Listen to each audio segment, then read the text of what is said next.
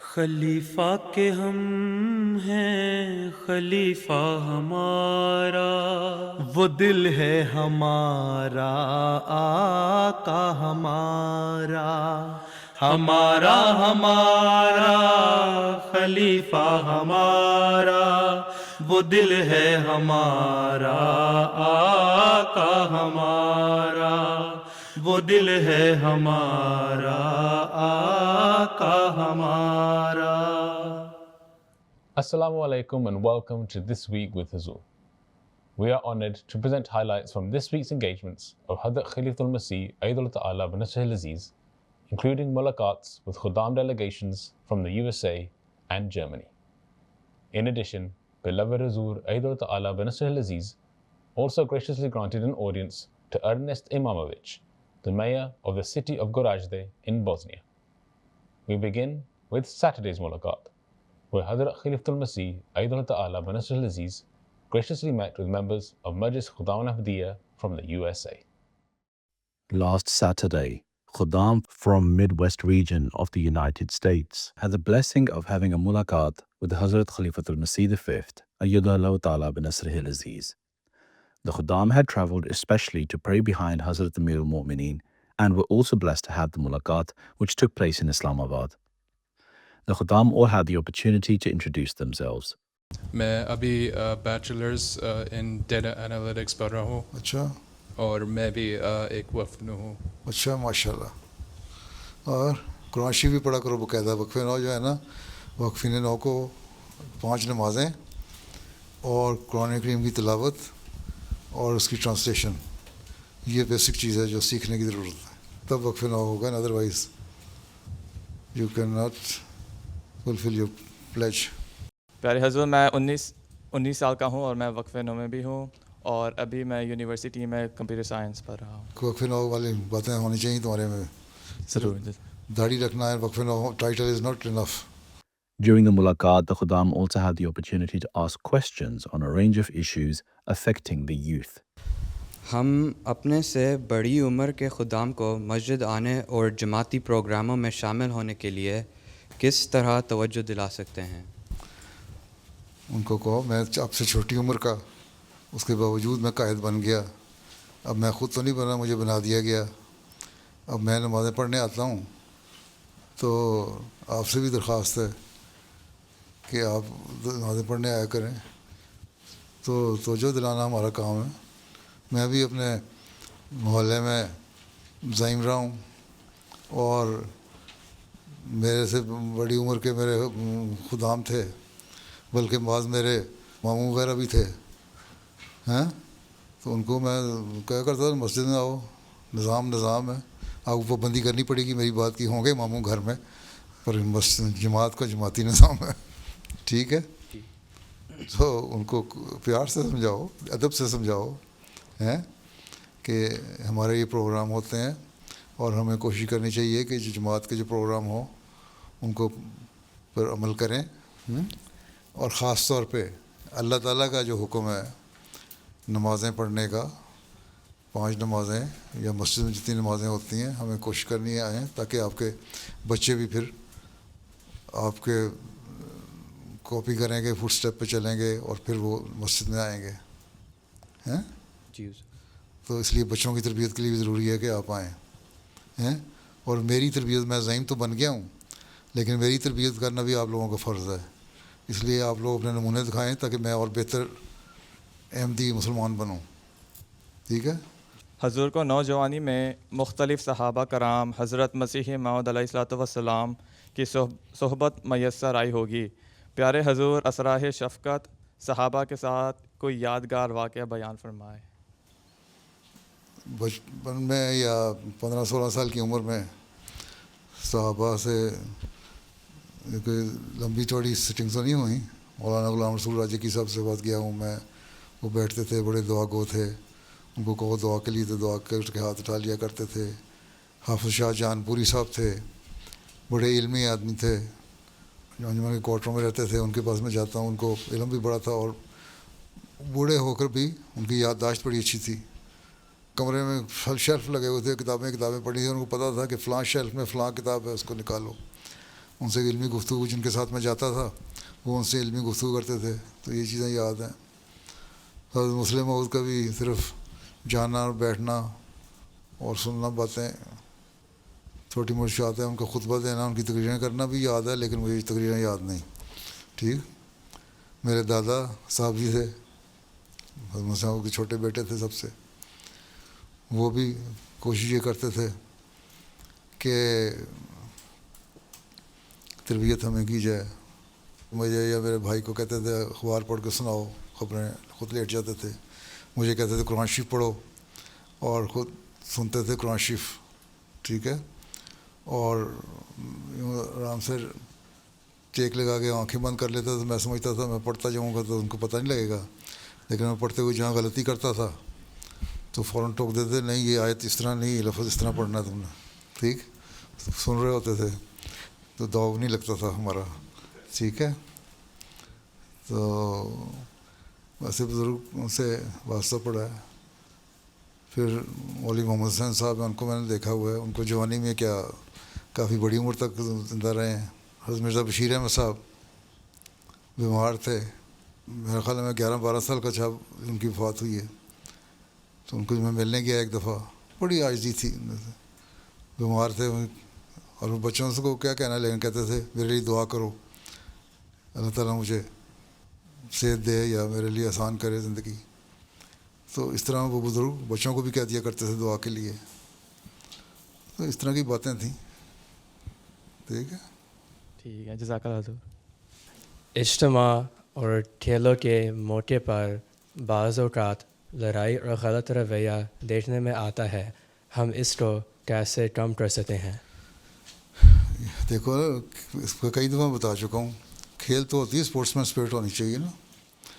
ہمارے کھیلیں کوئی اس لیے تو نہیں ہوتی، کوئی کمپٹیشن ہے، کوئی میں نے کوئی ونر ہے کوئی لوزر ہے اور اس کو زندگی اور موت کا سوال ہے، it's a matter of life and death تو نہیں ہے۔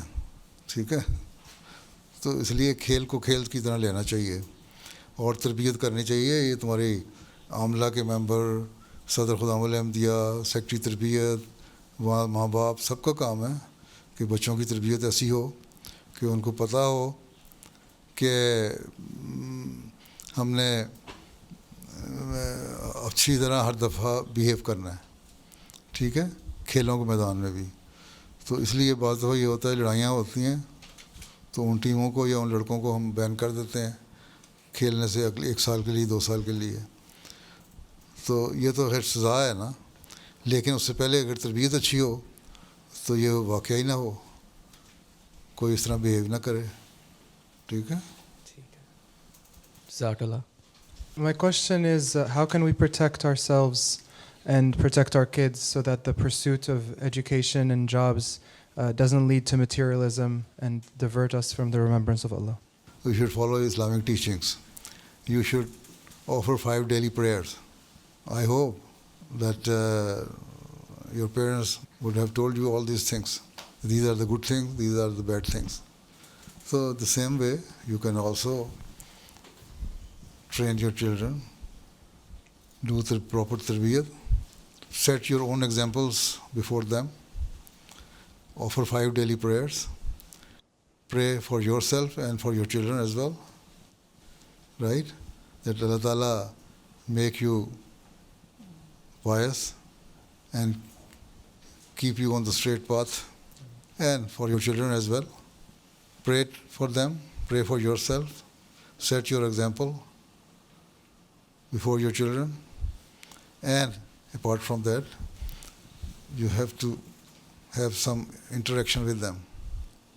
And if not daily, at least once a week, the whole family should sit together, discuss different faith matters, or at least listen to the MTA, or listen to the dars, or read any book, and discuss all these things, so that in this way they would know that their religion, their faith is also something we should be given preference.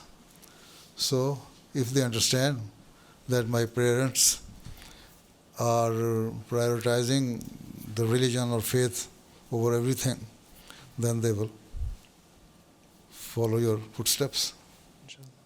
Okay? Jazakumullah. One of the Khuddam asked Hazrat Amir al-Mu'mineen if he can share his memories of meeting the previous Khulafa.